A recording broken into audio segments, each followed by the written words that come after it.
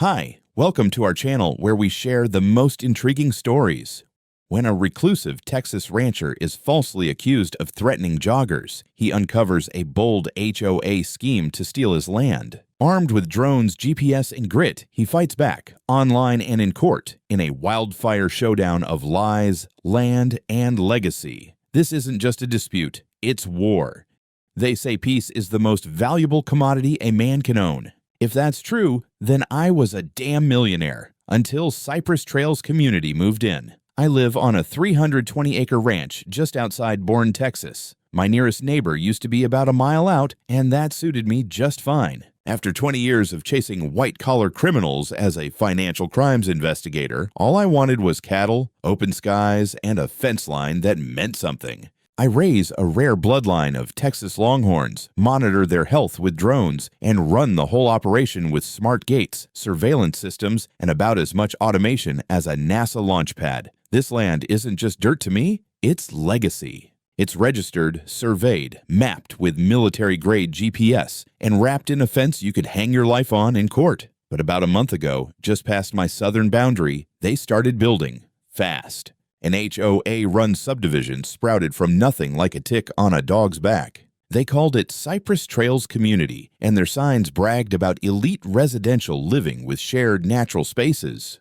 The first time I heard about their historic pedestrian trail, I laughed. The only thing historic about that side of the property was the fact my granddad closed it off in 1982 and posted no trespassing signs that rusted into the dirt. Then came the flyers. One of my ranch hands brought me a glossy HOA newsletter dropped at the gate. On the back was a map. My land, clearly marked, mind you, had a chunk highlighted in green. According to them, it was a heritage meadow open to community walking access. I choked on my coffee. It was like someone penciled a public park over my pasture. I thought it was just a marketing error. You know, a graphic design oopsie. So I shrugged it off and went back to wrangling reality until Tuesday morning. The sun was barely up, and I was doing my daily drone sweep of the south pasture. One of my yearlings had a limp, so I was riding down to check on her. I was halfway there when I noticed the dust cloud. Two sheriff's cruisers rolled down the gravel road like they were responding to an active shooter.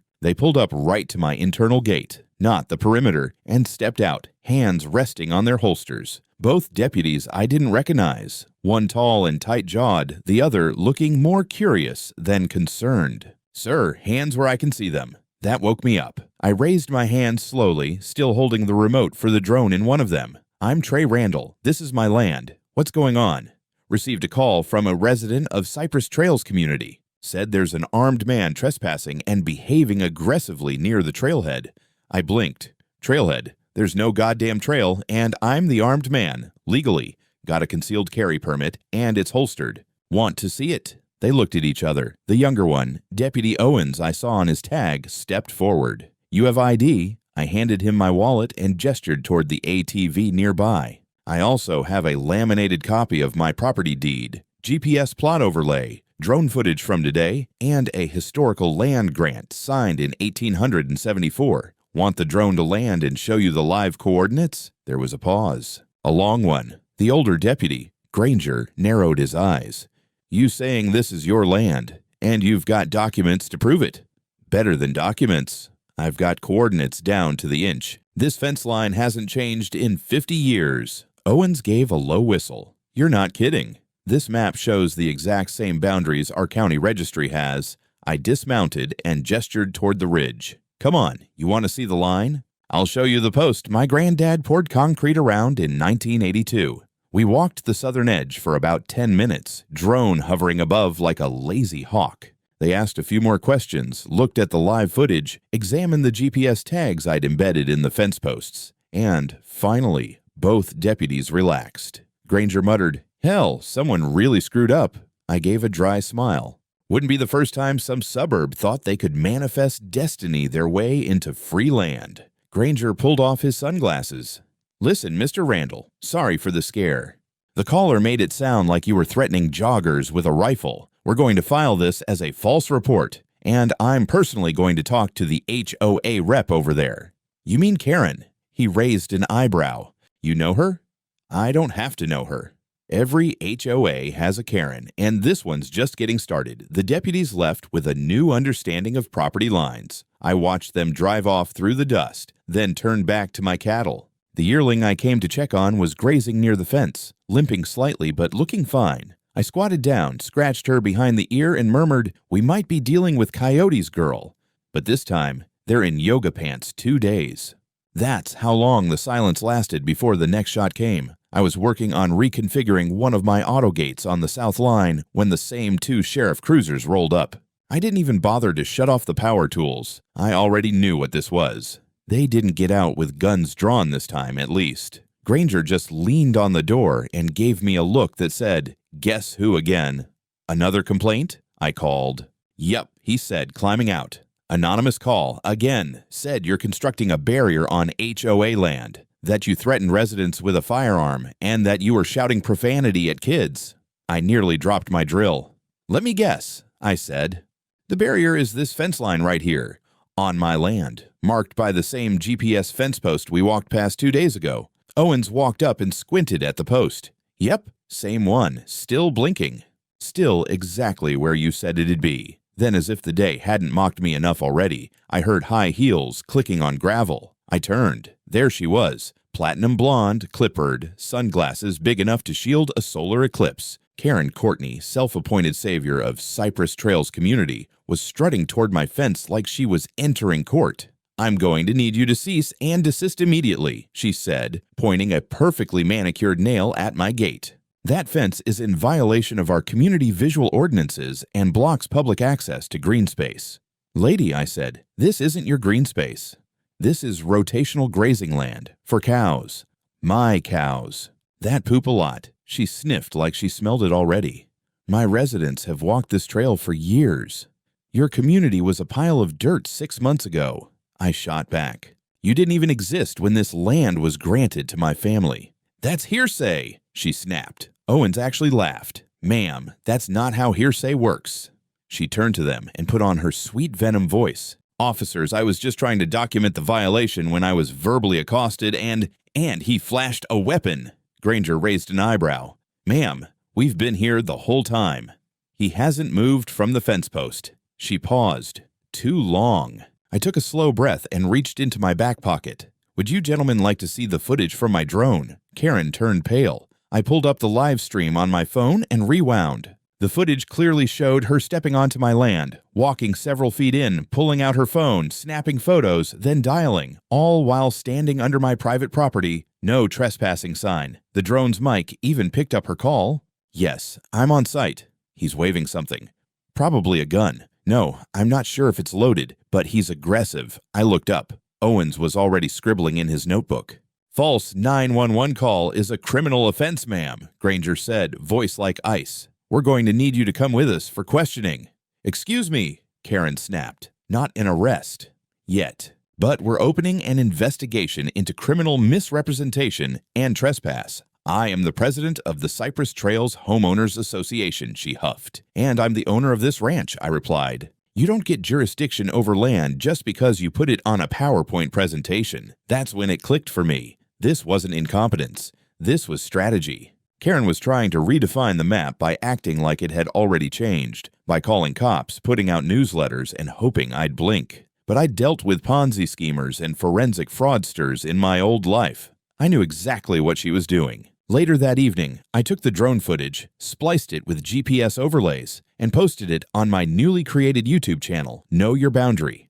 The title of the video, HOA Claims My Ranch as Public Land. Watch what really happened. I kept it tight. Just the facts, drone footage, voice recording, county survey map overlay, caption, verified. The next morning, it had 12,000 views. By evening, 38,000. By the end of the week, it passed 100,000 and change. Most of the comments were variations of, "This is exactly how HOA monsters work."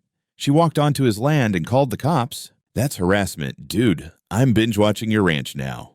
"Drop merch." I didn't care about fame, but I knew exactly what I was doing. If Karen wanted to turn this into a narrative war, then I'd play that game. With receipts, recordings, and legal precision. But the worst part?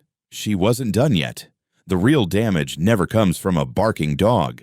It comes from the one that bites without a sound. About a week after the second visit from the sheriff's department, a certified letter showed up at my gate. No return address, but the envelope smelled like fresh toner and cheap cologne. That HOA stink. Inside was a formal complaint filed with the Kendall County Zoning Office, complete with a diagram. I unfolded the attached map and stared at it. For a moment, I actually admired the craftsmanship. They had redrawn the southern section of my property line, replacing my pasture and fence line with a highlighted curved trail labeled Community Access Path, established 1971. They even added a tiny icon of a bench. A freaking bench. According to their map, my newly constructed fence now encroached upon a protected public right-of-way, and my livestock posed an injury risk to community foot traffic. I didn't know whether to laugh or throw the damn thing in the fire pit. Instead, I drove straight to the Kendall County Records Office with a folder of everything my family had ever kept on that land, starting with a land patent issued in 1874, signed by the state of Texas and backed by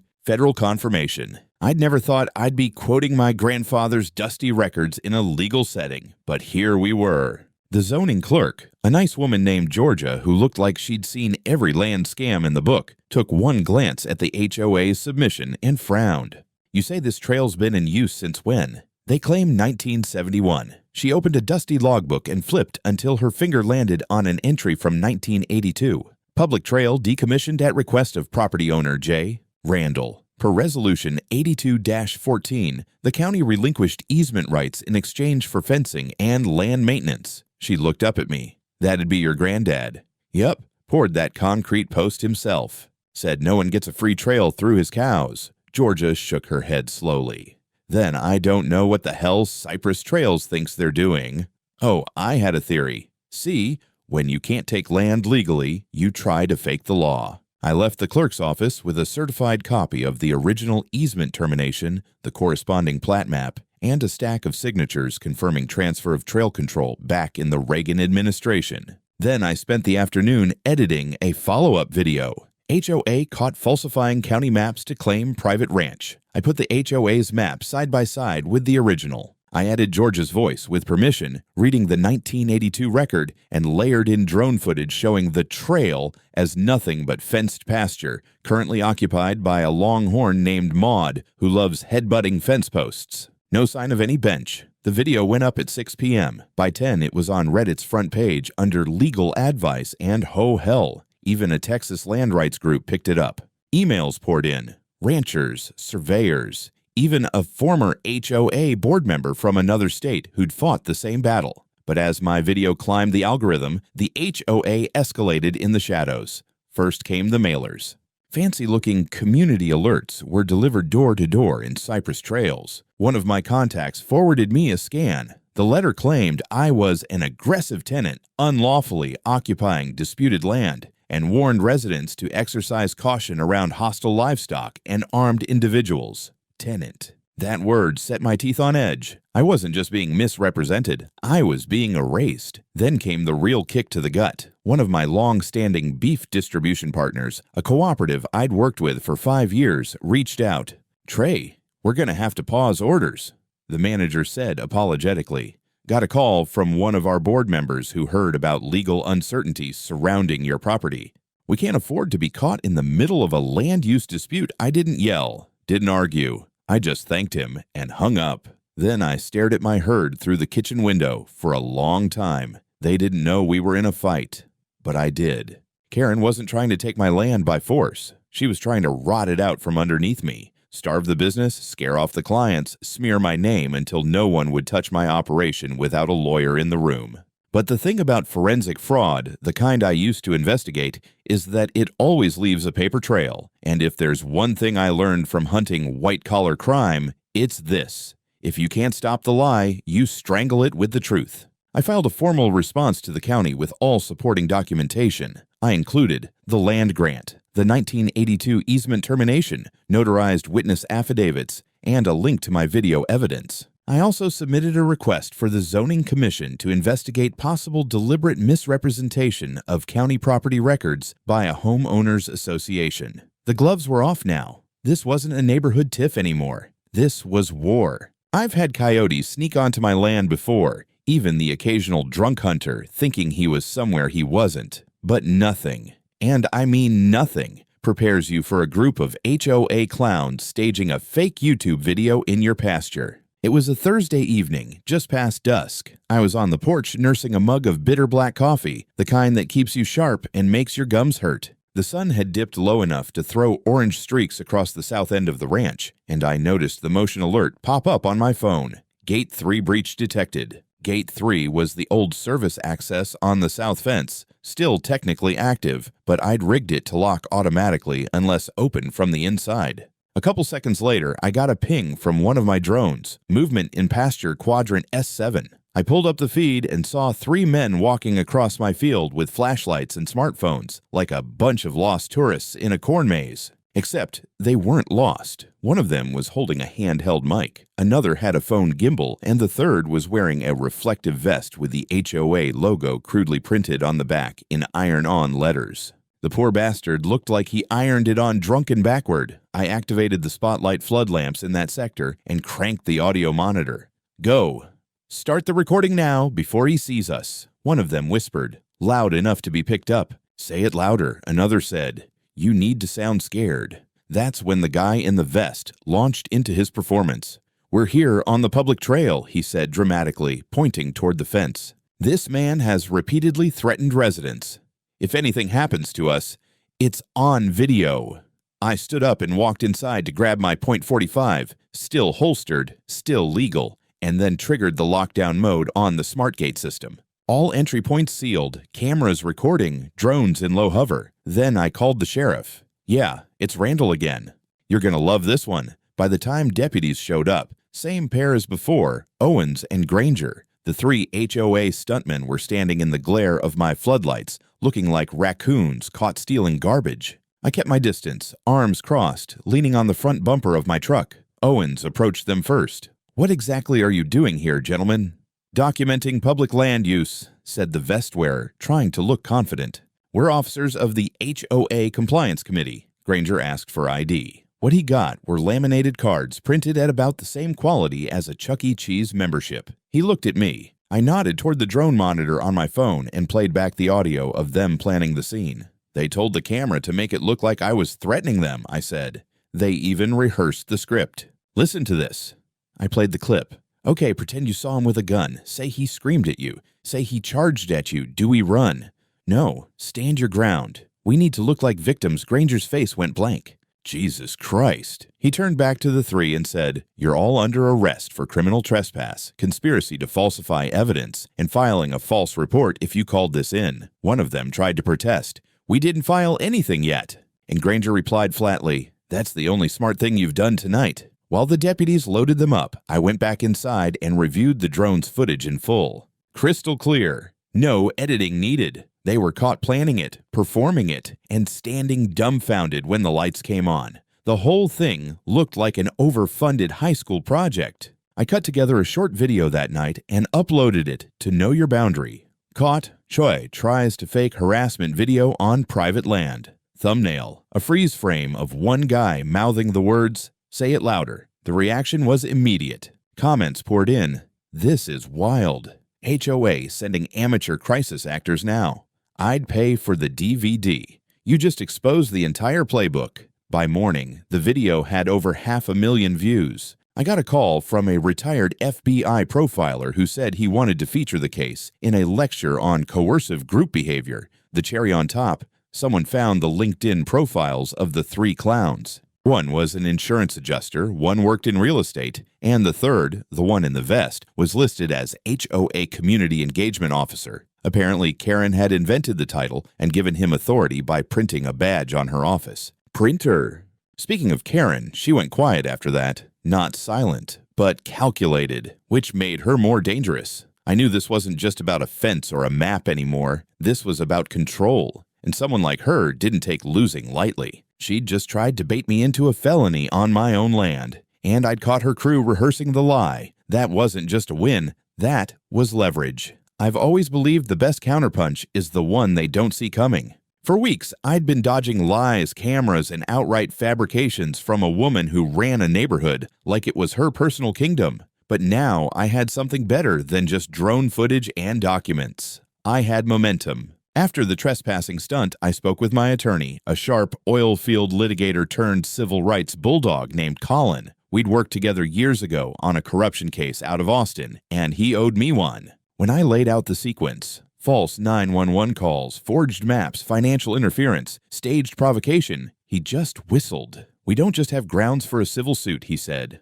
"We've got a landmine." We filed in district court the following week, a $2,700,000 civil suit against Cypress Trails HOA, naming Karen Courtney personally as well as the 3 HOA goons from the video.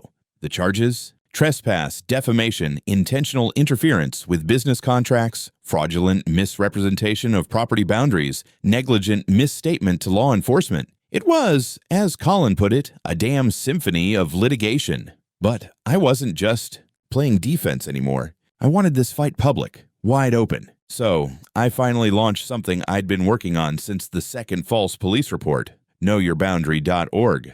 The site was simple at first, just an archive of all the footage, documents, court filings, and annotated maps. But I added a submission form at the bottom with one line in bold. Had a similar HOA land dispute? Send your story within 48 hours. I had over 200 entries. Some heartbreaking. Elderly veterans forced out of homes by technicalities. Others absurd.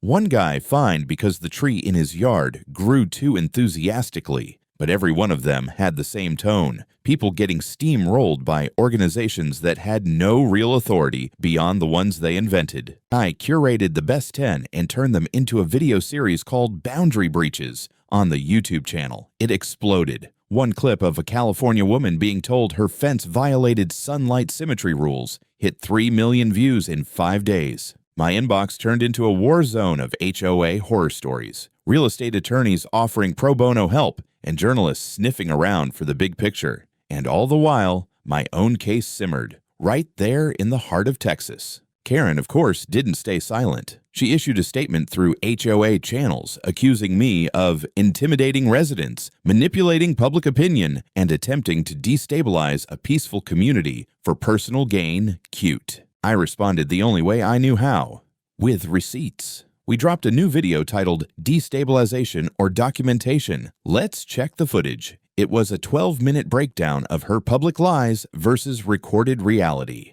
Drones, timelines, police reports, and statements from the same deputies who'd now filed an internal complaint about being used as pawns. By now, even the local news had picked it up. A reporter from KXAN Austin did a segment at the South Fence Line, with Maud, my media-friendly Longhorn, photobombing in the background. And that's when Karen made her boldest move yet during a HOA board meeting, caught on a hot mic. She said, "If he wants to be petty, fine.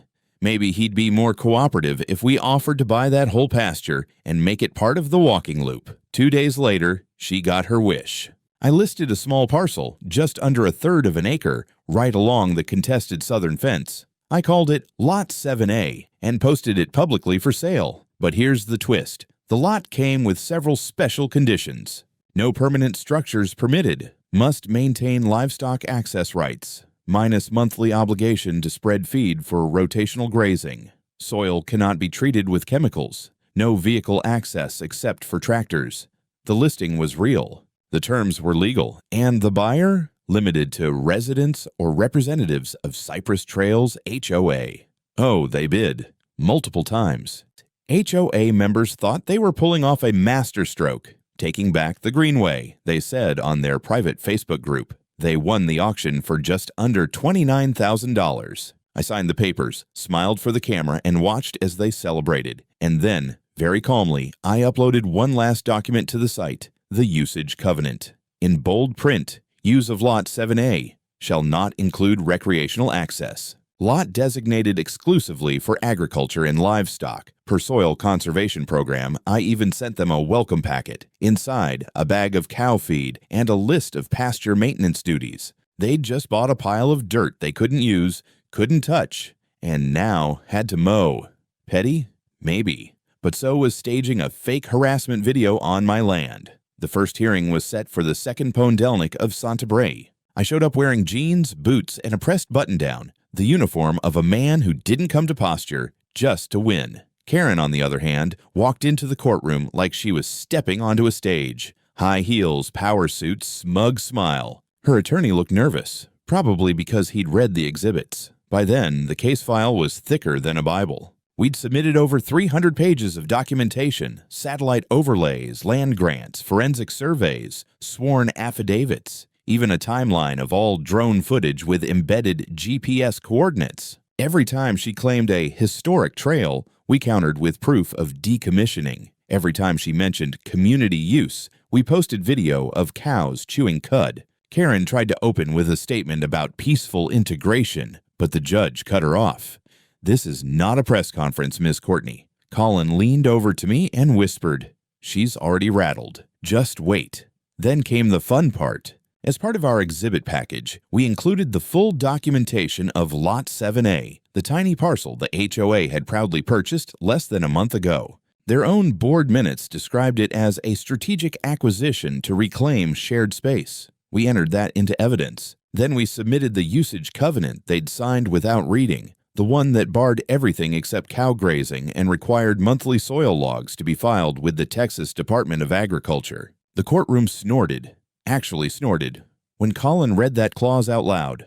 "Your Honor," he said, "the HOA now owns a patch of pasture land with mandatory manure obligations, and they're trying to use that ownership to claim precedent over adjacent private land." Karen's face turned the color of a cherry tomato. Then the prosecution pulled out another gem, a series of emails obtained legally through a discovery motion between Karen and her internal committee. One of them contained the line, "We can lean on county contacts to blur the border, make the paperwork foggy. No one outside will notice another one. He may have documents, but public perception is winnable. If we make him look unstable, they won't care what the land registry says." The judge didn't even blink. "Is that your signature, Miss Courtney?" Karen opened her mouth, then closed it. We also called 2 sheriff deputies to testify, Granger and Owens, who confirmed, under oath, that Karen had made repeated false 911 calls, including one where she stood on my land and claimed I was brandishing a weapon. They described the drone footage, the staged provocation, and even the laminated fake HOA badges. "Was Mr. Randall ever hostile?" the judge asked. "Never," said Granger. "Cooperative, heavily documented, and extremely polite, considering the crap he was dealing with." By the time lunch break hit, the mood in the room had shifted. The HOA's attorney tried to pivot, said this was a misunderstanding magnified by social media, that both parties were victims of narrative manipulation. Colin calmly stood and held up a printed screenshot of Know Your Boundary with over 2 million hits, including citations from land rights groups, real estate legal blogs, and a syndicated investigative piece from a national news outlet. "Your Honor, this isn't a narrative. This is documentation, and Ms. Courtney attempted to rewrite legal borders with a newsletter." The judge scheduled closing arguments for the next day. That night, I went live on the channel.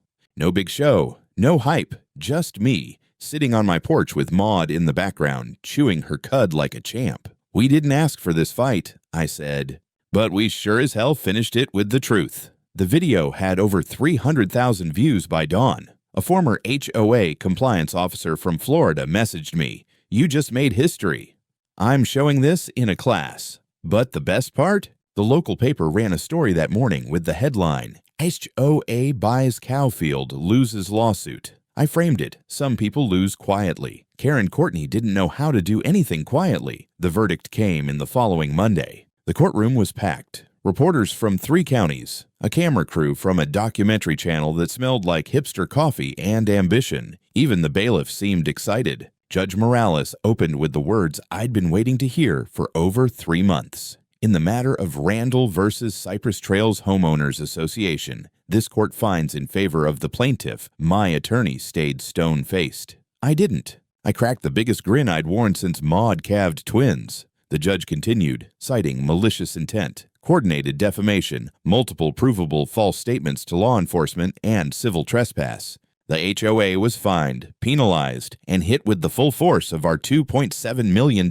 suit. Karen herself was referred for criminal prosecution, specifically for falsifying official documents and conspiracy to commit fraud using forged property records. Then came the wild part. During discovery, the county's own internal affairs department launched a quiet review of communications between Karen and a junior land use official named Doyle Stafford. Turns out Doyle had revised 2 county maps to match HOA documents, not because of any order, but because Karen had promised him a spot on the HOA's legal oversight board. A board, I should add, that didn't exist. Doyle was arrested 2 days later. Once that domino fell, the others followed. One of Karen's inner circle, a woman named Cynthia, who served as HOA secretary, flipped, turned state's witness, handed over copies of meeting recordings that showed Karen instructing board members to fabricate community memory of a walking trail, including lines like, "Say your kids used to play there," "Say your dog walked there every Sunday." Make it emotional, we need history. The prosecution didn't just have a case, they had a script. Karen was formally charged with falsifying public records, perjury, misuse of emergency services, and criminal conspiracy to defraud. She was denied bail pending trial due to risk of further interference with witnesses. When the news hit, it spread like wildfire. One resident, a former HOA supporter, made a video outside her home. Karen told us this land was public. She told us the owner was hostile. We were manipulated. She turned us into foot soldiers for her fantasy. The HOA board collapsed within a week. 3 board members resigned. 1 skipped town entirely. With no functioning leadership and mounting fines, Cypress Trails HOA was officially declared insolvent. By the end of the month, it was dissolved by court order, and the land title of every homeowner in that subdivision was updated to reflect no HOA restrictions in effect. Meanwhile, my land, every acre of it, was reaffirmed by the court, recognized as sovereign, private, and historically intact. I was awarded damages, legal fees, and the right to restrict any and all access to any current or former HOA members. I posted a sign the next morning: Private Ranch, HOA Free Zone, GPS verified. Trespassers will be live streamed. KnowYourBoundary.org hit a record 5 million visits. Law schools reached out to license the case as a teaching module. One of my videos, the one where Karen gets caught mid-lie on drone audio, was featured in a legal ethics seminar. I didn't need revenge. I had precedent. But still, I'd be lying if I said it wasn't satisfying to see her escorted out of the courtroom in cuffs, stumbling in designer heels, while the bailiff read her charges out loud for the cameras. The sound of those shackles, almost musical. The land healed faster than the people. By the first Vesna after the verdict, the pasture had grown thick and green again. The fence was freshly painted, the gates recalibrated, and the herd calmer. They sensed it too, I think. No more strange voices, no more drone-like neighbors poking cameras through the rails, no more stress buzzing in the air. But the town? It took longer. Bourne's always been a close-knit place. Everybody knows everybody, or at least knows of them. And while I'd never cared much about small talk over pie at the feed store, I noticed something shift. Folks who once avoided eye contact now nodded. Some even stopped to shake my hand. The banker who once hesitated to refinance a grazing expansion now called me in personally, told me his brother-in-law watched the videos and learned more about land law in 20 minutes than he did in college. One afternoon, an old man with a Vietnam vet hat walked up to me outside the hardware store. "You made 'em eat dirt, son." For all of us, he didn't say what he meant by all of us, but I understood. People started calling. Not media. That was slowing down. But landowners, ranchers, suburban retirees. A woman from Colorado who said her HOA started finding her for improper mailbox aesthetics. A guy from Georgia whose garden shed was deemed too emotionally disruptive to neighborhood harmony. So I expanded KnowYourBoundary.org again. We added regional volunteers, real surveyors, real paralegals, built a free template library. I even launched a digital training course, Fence Law, What Your HOA Doesn't Want You to Know. It sold over 10,000 downloads in the first trimester. A year later, I was invited to testify in front of a state legislative committee in Austin. Topic: the unchecked authority of non-governmental land associations. I walked in wearing the same boots that tracked mud into the courtroom that first day. Told them how I was accused of trespassing on land that had been in my family for nearly poltra veka. Told them what happens when power gets mistaken for law. Some of them listened. Enough did. The next legislative session passed the Property Line Integrity Act, New requirements for HOA boundary disclosures, mapping accuracy standards, and a public access portal for any citizen to verify land boundaries using state GIS data. The press said the bill was inspired by the Randall case. I didn't ask for that, but I didn't decline it either. As for Cypress Trails, the subdivision still exists technically. But without the HOA, it's a patchwork of quiet homes and very quiet neighbors. Someone finally put a swing set up in one of the yards. No one objected. I heard Karen pled to a reduced sentence. No prison, but 5 years probation, a ban on holding any board position in any housing-related organization, and mandatory public service, which, in an act of poetic justice, was assigned by the court to the County Office of Land Registry. Last I heard, she was stamping zoning certificates and filing map updates. Sometimes people ask if I'd ever move, sell the ranch, disappear somewhere quieter. I don't even answer. The land's not going anywhere, and neither am I. I hung a new sign next to the main gate last week. It's made of live edge cedar carved by a guy I met at the feed store. It doesn't say no trespassing. It says, "Welcome to Randall Acres, where the boundary holds."